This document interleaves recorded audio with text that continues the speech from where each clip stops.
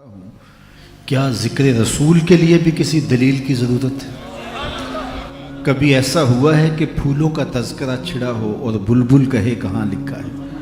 بات شمع کی چھڑی اور پروانہ دلیلیں ڈھونڈ رہا ہو، اور یہ بھی ممکن نہیں کہ بات سرکار مدینہ کی ہو رہی ہو اور امتی کو دلیل کی ضرورت ہو۔ محب کے لیے اس سے بڑا کوئی سرمایہ نہیں، کوئی اس کے محبوب کا ذکر چھیڑ دے۔ عید ذکر نعمان لنا فإن ذکرہ والمسک ما کررتہ یتضوع۔ امام شافعی بولے میرے ممدوح کی باتیں چھیڑو، میرے محبوب کا ذکر کرو، ان کا تذکرہ ایسی کستوری ہے تم جوں جوں سے چھیڑتے جاؤ گے خوشبو پھیلتی چلی جائے گی۔ مطرب سے کہو کہ چھیڑے ذرا اس جان تمنا کا قصہ، مطرب سے کہو کہ چھیڑے ذرا اس جان تمنا کا قصہ، فرقت کے بھیانک لمحوں میں کچھ دل کو سہارا ہو جائے تو یقیناً ان کا ذکر قرار دیتا ہے، تسکین پہنچاتا ہے اور باطن سنورتا چلا جاتا ہے جب ذکر رسول ہم سنتے ہیں۔ اور یقیناً حضور کی محبت ہی سرمایہ جاں ہے، اور ان کی محبت اس بات کی متقاضی ہے کہ ان کا کثرت سے ذکر کیا جائے، کثرت سے ان کا ذکر سنا جائے۔ یہ محبت کے تقاضوں میں ہے۔ بندہ جس سے پیار کرتا ہے اس کی آرزو ہوتی ہے اس کا ذکر چھڑا رہے، اس کی باتیں ہوتی رہے۔ میاں صاحب کا لہجہ پنجابی ہے، اور پنجابی لہجے میں اتنی خوبصورتی سے آپ نے معافی ضمیر کو بیان کیا ہے کہ قلم توڑ دیے۔ جو کسے دا عاشق ہوئے گل اسے دی کرتا، سو سو مکر بہانے کر کے مرنے اس دے مرتا۔ تو محبت اس بات کی متقاضی ہے کہ بندہ جس سے پیار کرتا ہے اس کا ذکر کرتا ہے۔ رومی علیہ رحمہ سادہ انداز ہے ان کا، بلکہ اقبال نے جب یہ چاہا کہ میرا بھی تو کوئی مرشد ہو اور میں بھی تو کسی کا مرید کہلاؤں، تو آرزو پیدا ہوئی، خواہش جنم لی۔ تو پھر اقبال کو مرشد تلاش کرنا کوئی آسان تو نہیں تھا، تو جو اقبال کا بھی مرشد کہلائے۔ تو دو لوگ تھے جن کو اقبال نے اپنا پیر بنانا چاہا۔ خود کہتے ہیں اسی کشمکش میں گزری میری زندگی کی راتیں، اسی کشمکش میں گزری میری زندگی کی راتیں، کبھی سوز و ساز رومی کبھی پیچ و تاب رازی۔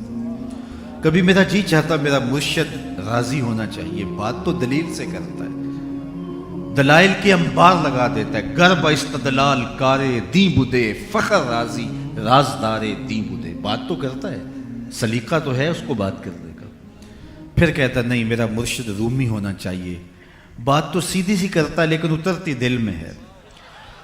تو میرا مرشد وہ نہیں ہونا چاہیے جس کا حملہ دماغ پہ ہے، مرشد وہ ہونا چاہیے جس کا حملہ دل پہ ہے۔ تو اسی کشمکش میں کبھی سوچتے میرا مرشد یہ ہونا چاہیے، فلسفی بھی تھے، اور کبھی کہتے نہیں بات تو سیدھی ہے، اور سیدھی دل میں ترازو ہوتی چلی جاتی ہے۔ پھر ایک موقع آیا، اقبال نے فیصلہ کیا، نہ مہرہ باقی ہے نہ مہرہ بازی، جیتا ہے رومی ہارا ہے راضی۔ تو اقبال نے رومی کو اپنا پیر مان لیا۔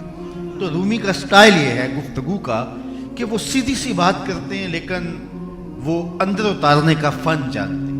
یہ جو ساری کہانی میں آپ کے سامنے رکھی ذرا رومی کے لہجے میں دیکھو۔ فرماتے کسی نے مجنوں کو دیکھا کہ ریت کے اوپر لیلا لیلا لکھ رہا ہے، تو اسے پوچھا کہ یہ کیا کر رہے ہیں؟ گفت مشق نام لیلا می کنم خاطر خود را تسلی می دام۔ کہنے لگا اپنے محبوب کا نام لکھ لکھ کے دکھی دل کو قرار دے رہا ہوں۔ تو رومی کہتے ہیں کہ اگر لیلا کا نام مجنوں کو تسکین دیتا ہے تو حضور کا نام امتی کو تسکین نہیں دیتا؟ اور میں تو کہا کرتا ہوں میں خانہ سہارا دیتا ہے نہ جام سہارا دیتا ہے، ہم کو تو مدینے والے کا ایک نام سہارا دیتا ہے۔ ٹھنڈ پڑ جاتی ہے روح میں جب کسی کے لبوں پہ حضور کا نام آئے تو قرار کے قافلے اترنا شروع ہو جاتے ہیں۔ تو ان کا نام یقیناً بار بار تکرار سے تسکین پہنچتی ہے۔ تو محبت کے من جملہ تقاضوں میں سے یہ ایک تقاضا ہے کہ بندہ جس سے پیار کرتا ہے اس کا بار بار ذکر کرتا ہے۔ محبت کے ایک تقاضوں میں سے تقاضا یہ حبو کا شیع یومی و یسم، بندہ جس سے محبت کرتا ہے اس کا عیب نہیں سن سکتا, ہو بھی تو نہیں سن سکتا, اور جس سے ہم محبت کرتے ہیں وہاں تو عیب ہے ہی نہیں. سبحان اللہ. خلقت مبرا من کل عیب, وہ کمال حسن حضور ہے کہ گمان نقص جہاں نہیں. نقص تو دور کی بات ہے, یہاں نقص کا گمان بھی نہیں کیا جا سکتا. یہی پھول خار سے دور ہے, یہی شمع ہے کہ دھواں نہیں.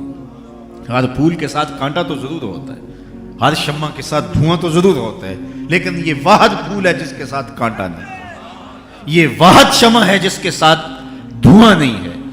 تو اگر محبوب میں عیب ہو بھی تو عاشق کو دکھائی نہیں دیکھا. رومی پھر آگے یہاں کہتے ہیں حاکم وقت نے لیلا کو دربار میں بلا لیا.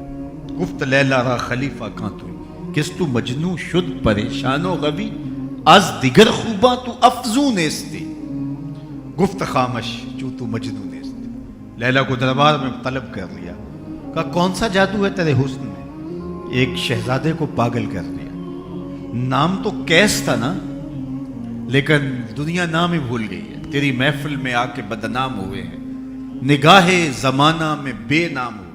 تو نے وعدہ کیا تھا بچھڑیں گے نہ ہم, تیرے ہی ہاتھوں سے نیلام ہوئے. تشخص مٹ گیا, پہچان مٹ گئی, شہزادہ تھا مٹی میں رول گیا. کہا کون سا جادو ہے, کون سا کرشمہ ہے تیری نگاہوں میں, مجھے تو کچھ دکھائی نہیں دے رہا, تیرے سے زیادہ تو میری کنیزیں ہنسی ہیں. تو یہ بادشاہ وقت نے, خلیفہ وقت نے لیلا کو دربار میں طلب کر کے یہ بات کہی. رومی کہتے جب اس نے کہا نا کہ از دیگر خوباں تو افزون ایستی, باقی عورتوں سے تو کوئی انوکھی تو ہے نہیں, تو لیلا نے دو لفظی جواب دیا, گفت خامش. اس نے کہا بادشاہ چپ کر جا, چوں تو مجنو نیستی, تیری آنکھ مجنو والی تھوڑی ہے. دیدائے مجنو اگر بودے تو را, از دو عالم بے خطر بودے تو را. تیری آنکھ مجنو والی ہوتی پھر تو مجھے دیکھتا. تو ہوش دارو لیک مجنو بے خودست, در طریق عشق بیداری بدست. تو ہوش والا ہے اور مجنو ہوش کو چھٹی دے کے آیا ہے. صاحب اس کوچے میں ہوش والی پونجی اور ہوش والا سکہ چلتا ہی نہیں ہے. تو اقبال بولے, جو ہے وہ رومی بولے کہ اگر لیلا کو دیکھنا ہے تو مجنو کی آنکھ چاہیے, حضور کو دیکھنا ہے ابو بکر کی آنکھ چاہیے. سبحان اللہ. نعرہ اقبال کہتے ہیں تکبیر. اگر نگاہ صدیقی مل جائے تو پھر جدھر دیکھو جلوے حضور کے نظر آتے ہیں. مانائے حرفم کنی تحقیق اگر, بنگری با دیدائے صدیق اگر, قوت قلب و جگر گردد نبی, از خدا محبوب تر گردد نبی. پھر مکے کی ہواؤں میں, طیبہ کی فضاؤں میں ہم نے تو جدھر دیکھا سرکار نظر آئے. اگر وہ نگاہ مل جائے, نگاہ صدیق مل جائے تو پھر جلوے حبیب کے نظر آتے ہیں, اور اگر وہ نظر نہ ہو تو پھر کچھ بھی نظر نہیں آتا. دیکھیے ابو جہل کو قبر میں سوال ہوتا ہے نا, من ربو کا, پھر پوچھا جاتا ہے ما دینوں کا, پھر حضور علیہ السلام کے بارے سوال ہوتا ہے, ما کنت تقول فی ھذا الرجل. حضور سامنے ہوتے ہیں, پوچھا جاتا ہے بتا ان کے بارے کیا کہتا تھا. تو وہ کیا کہتا ہے ہاتھ لا ادری, ہائے افسوس میں تو انہیں پہچانتا ہی نہیں. یہ کون کہہ رہا ہے ابو لہب, یہ کون کہہ رہا ہے ابو جہل, یہ کون کہہ رہا ہے اتبا, یہ کون کہہ رہا ہے اتیبہ, یہ کون کہہ رہا ہے امیہ. حضور سامنے ہیں تو کیا کہتا ہے ہاتھ لا ادری, میں تو نہیں پہچانتا یہ کون ہے. اچھا پہچانتا نہیں تو پتھر کس کو مارتا تھا, پہچانتا نہیں تو گڑے کس کی راہوں میں کھودتا تھا, جانتا نہیں تو کانٹے کس کے رستے میں بچھاتا تھا, جانتا نہیں تو دارالندوہ میں بیٹھ کے قتل کی سازش کس کے خلاف تیار کی تھی, جانتا نہیں تو اوجری کس پہ پھینکوائی تھی, لیکن کہتا ہے ہاتھ لا ادری, میں نہیں جانتا. اچھا بدر میں کس کے مقابلے میں آیا تھا, کس کے خلاف سازشیں کی تھی, تو کہتا نہیں ہے ہاتھ لا ادری, ہائے افسوس میں نہیں جانتا. یہ ہے وہ جس نے دیکھا ہے 14 صدیاں گزرنے کے بعد, 1300 سال گزرنے کے بعد ایک مومن لحد میں اترتا ہے. فرشتے آتے ہیں, پوچھتے ہیں علم الدین بتائیے کون ہے. وہ کہتا ہے پیچھے ہٹو, پہلے حضور کے قدم تو چوم لینے کو, میں تو مر کے پہنچا ہوں یہاں اس دل ربا کے واسطے.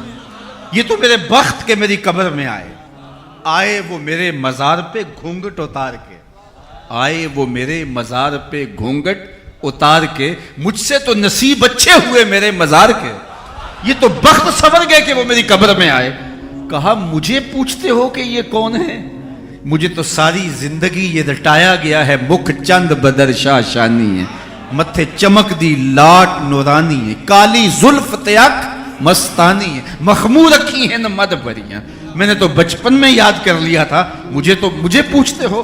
جو ساری زندگی دیکھتا رہا وہ کہتا ہے میں نہیں پہچانتا, ہے ہاتھ لا ادری.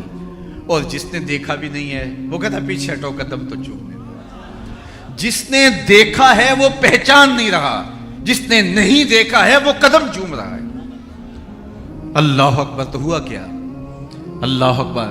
تو قرآن سے پوچھیے.